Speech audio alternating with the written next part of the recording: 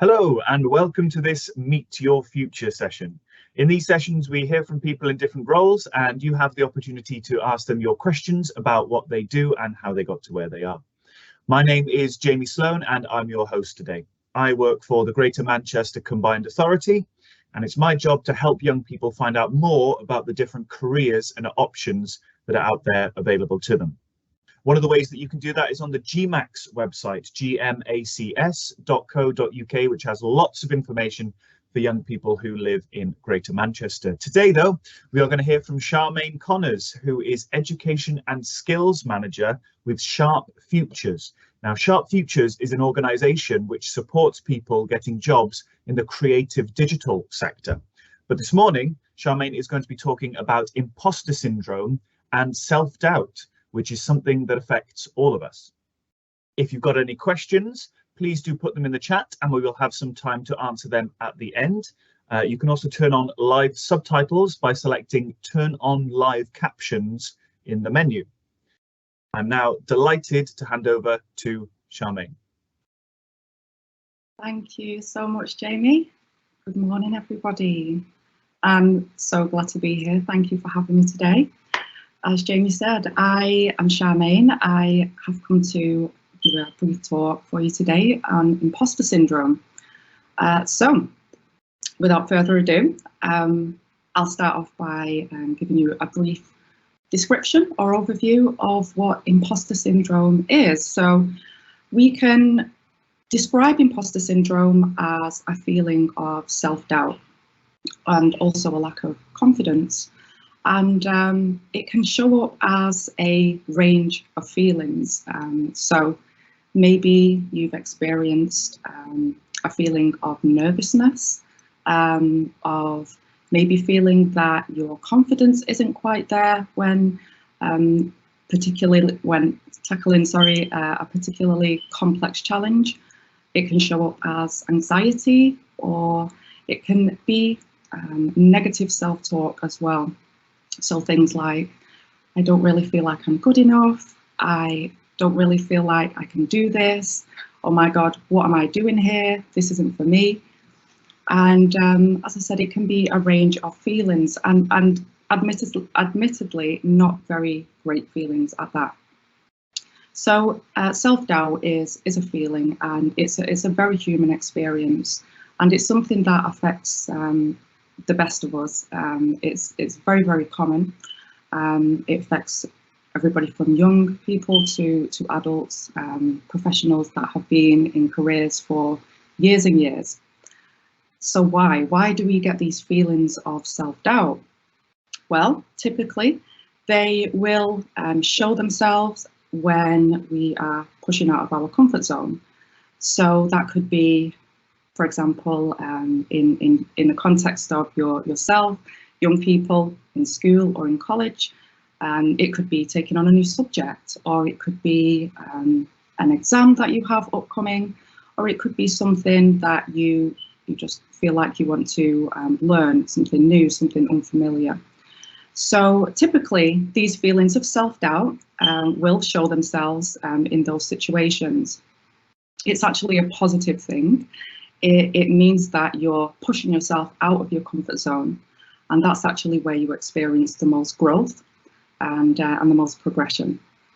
So as I said, it's really, really common. And if there's anything that you take away from this talk today, I'd like you to remember that you're not alone if you do experience self-doubt in any capacity, whether it's work-related and also in a social setting as well. Those feelings can show up, typically when we compare ourselves to other people and maybe put them on a pedestal, you know, and in our eyes, maybe we think that they're better or superior to us in some kind of way. So comparing ourselves is never good, because it can bring on those feelings. So essentially, imposter syndrome is something that affects us when we are pushing out of our comfort zone. But it affects the best of us, like I say, and you might be surprised to know that actually, statistically, over 70% of adult professionals regularly experience self-doubt. And as I said, it's because we are always learning, always trying new things. You know, maybe we're starting a new job, a new career, maybe we are going to uni, maybe we're studying a degree. Likewise, we may be taking a driving test, you know. So anything that is really familiar and kind of new to us. So yeah, it does affect us. And just like us normal, ordinary people, it affects some of the biggest celebrities as well, like Beyonce. Beyonce, right? She's a megastar, absolute superstar. But even people like Beyonce get self-doubt at times, nervous, anxious, you know, when we're about to perform in front of thousands of people. So it's definitely a very human experience. So it's definitely not something to be avoided. In fact, it's something to be embraced, and we really need to learn to coexist with these feelings and manage them as well. It is a positive, and it means that we're pushing forward with something, and usually at the end of that comes progression or achievement. So as I said, something that is to be coexisted with and managed. So how can we manage imposter syndrome? How can we manage these feelings of self-doubt when they occur? Well, I love to kind of design easy to remember methods, something that's really easy to recall. And I had a little thought, and I thought, okay, how do I usually manage my self-doubt? Because if I'm trying something new for the first time, or if I'm working on something particularly complex, then I will for sure get those feelings as well. But I've learned how to manage them so they're less intense. And I've used an acronym called, the acronym is CAPS. So the method is called CAPS, which is C-A-P-S, just like the ones that you wear.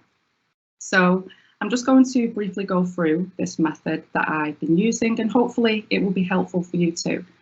So the C in CAPS. The C in CAPS is for calling it out. So calling it out to yourself. Maybe you'd like to speak to somebody else about it, but I think it's really important to first identify what you're feeling. So if you are trying a new subject, for example, maybe there's some topics at school that you've never done before, it's all really new to you.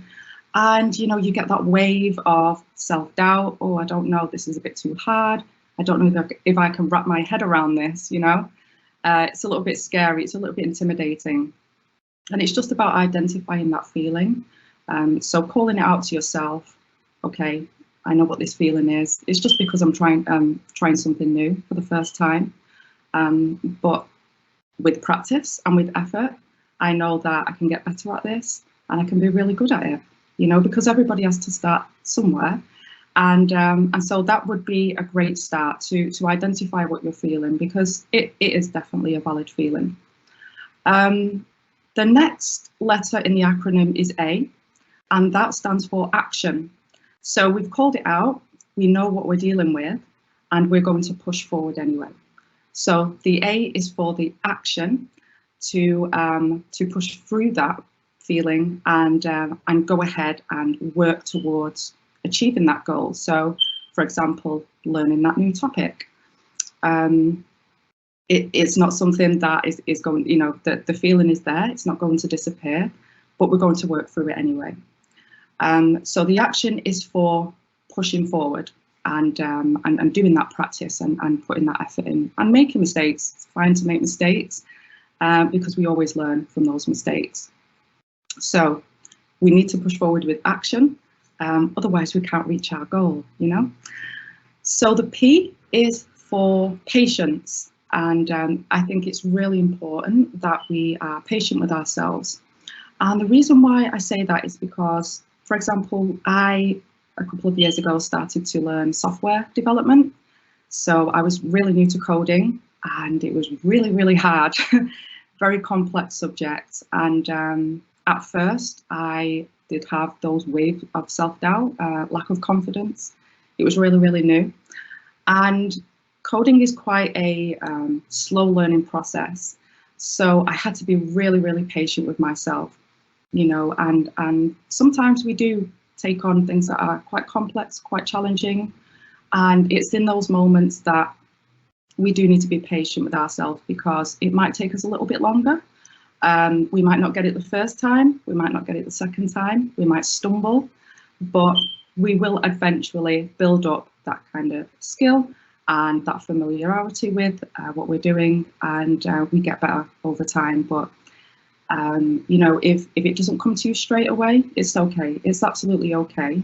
We all develop at different stages, and it's really important to be patient with our learning. So the S is the last letter in the acronym, and the S stands for speak up. So sometimes we can do all of the above, and we still kind of can't shake that feeling. You know, it can be quite overwhelming at times, and I think in those situations it's really important to speak to somebody. So that could be a friend, it could be your mom or your dad, it could be your teacher, and even for us adults, you know, in the world of work, even sometimes we've been in our careers for years, for decades, but we have these feelings, and we have these times where we need to talk about it, you know, about what we're feeling. And it really does help. I think sometimes when you speak about your issues, you can kind of talk yourself into a solution, or at the very least, you can kind of share that feeling with somebody, and hopefully, you know, a shift in mood or a shift in perspective, sorry, can really help, and it can make us to feel better about the situation. And maybe it doesn't seem so daunting, you know, after having that chat. It's really emotionally healthy to speak up and to speak to somebody that you trust when you might be feeling kind of low confidence, and that things are not really going right for you, you know. So so that's my method, and I'd you know, like you to go away and maybe think about that, and hopefully it could work for you as well. So just to recap, it's CAPS, CAPS, call it out, action, patience, and speak up. So I'd just like to end before I'm open to questions. I'd like to offer 3 kind of takeaways from this talk. So the first one is that, as I said, imposter syndrome or self-doubt isn't something that we can really run away from, not if we want to progress, not if we want to reach our goals and achieve things, but more something to be managed, and something to kind of understand and coexist with. Also, it's a good sign. It's a sign that you're pushing out of your comfort zone and you're trying new things and you're tackling new challenges. And that's really positive. It's really good for your progression. And the last thing is that I think it's really important to celebrate your achievements. So after you've taken on your new challenge and you've pushed through those feelings and you've reached that goal, it's really important to sit in that achievement, even if it's just with yourself, and be proud, you know, because doing that, it actually builds confidence, it builds self-belief. You start to trust yourself, and you can recall that next time you reach a challenge that might be particularly daunting, and think, oh, actually, I've done this before, I felt this before, and I still achieved, you know, what I set out to do.